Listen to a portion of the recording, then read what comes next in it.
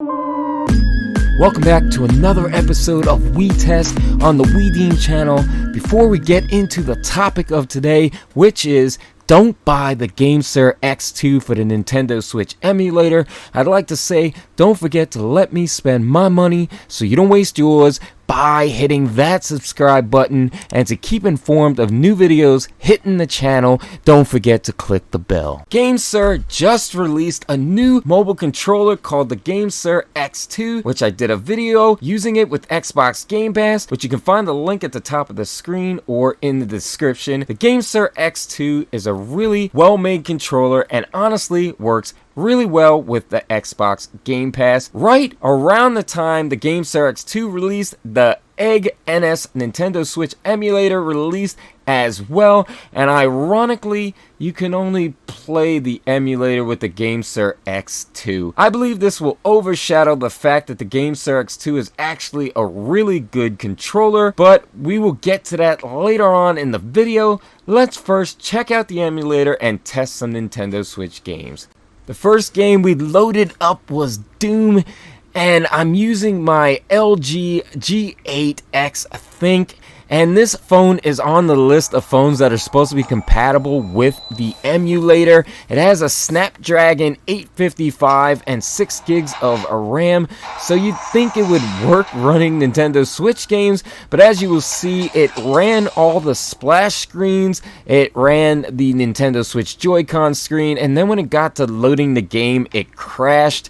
And if you look at my screen afterwards, it seemed to bog down all the resources, it dimmed out all the text and graphics. A little weird. Game did not work. Second game loaded into the Egg NS Nintendo Switch emulator was Resident Evil Revelations, and the game loads perfectly fine, but you do notice some slowdowns while loading up, and as soon as you get into the actual game, you will notice some really bad frame rate issues. For some reason this time around while filming, the game had no audio. For whatever reason, it didn't load the audio. The first time that I played it, the audio was there and you can really notice the frame rate issues. Either way, the game unfortunately was also unplayable. The third game I loaded up into the Nintendo Switch emulator was Crash Bandicoot Insane Trilogy, and although it played better than the first two games, there still was some slowdown, some pretty bad frame rate issues, but it was playable and was running faster than the other two, so maybe this might save the whole Egg NS emulator GameSir X2 duo. No, not really. Before we get into the next few games, I figured the Egg emulator was using up a bunch of RAM, so I turned on debugging on my cell phone, went into the settings, only to find out that the Egg emulator was using 2.3 gigs of RAM, and other apps and bloatware on your Android device is using up a bunch of the other 6 gigs of RAM, so I decided to delete some of those apps and also disable them if I could not delete them, and things were still using a bunch of RAM in the background. I freed up a little bit of RAM and was able to get some of the games that wouldn't load before to load, and others still just wouldn't load at all. After freeing up some memory on my phone, we went ahead and loaded up Mario Kart 8 Deluxe, and as soon as the app queued the game, it crashed. We got Mario Odyssey loaded up, and the game loaded perfectly fine. The frame rates were good up until we got to the actual cutscene in the beginning, and then we got that memory low error message, and the game's frame rate dropped a lot until we went into play the game, and then the game completely crashed.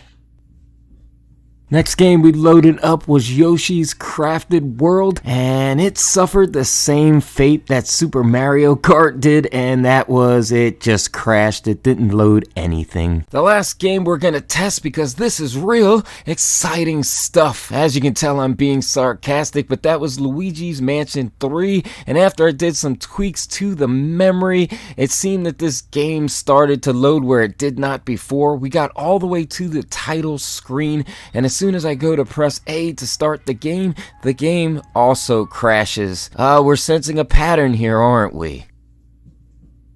Obviously, despite the fact that my LG G8X Think with the Snapdragon 855 processor with 6 gigs of RAM is on the Egg Emulator website as being compatible with the emulator, it's not powerful enough to play any of the Switch games. Now, I think some people are going to see their phone on the list that might have similar specs as mine, go out and purchase the GameSir X2 specifically just for playing Switch games and find out they can't. This will turn them off of the GameSir X2, which is a really well-made mobile controller with a lot of highlights. If you're thinking about purchasing the GameSir X2 for the Egg NS emulator, my message to you is don't buy the GameSir X2 for the Nintendo Switch emulator unless you have a phone with 12 gigs of RAM or more. However, I do suggest buying the GameSir X2 for Xbox Game Pass, but I am doing a video on the GameSir X2 versus the Razer Kishi, so you might want to hold off till then and hit the subscribe button if you're interested in that video. If you have any questions, please let me know in the comments down below. If you tested the Egg NS emulator on your phone and it worked, let the We Deem community know below which phone it was. If you're interested in any of the products discussed in the video and supporting the channel, you can find all links in the description below. If the video brought you value, please hit that like button. Consider sharing with friends. If I could have done better, you can hit the thumbs down, but please let me know in the comments down below why, so I can do better in the next video. And as always, don't forget to let me spend my money so you don't waste yours by hitting that subscribe button.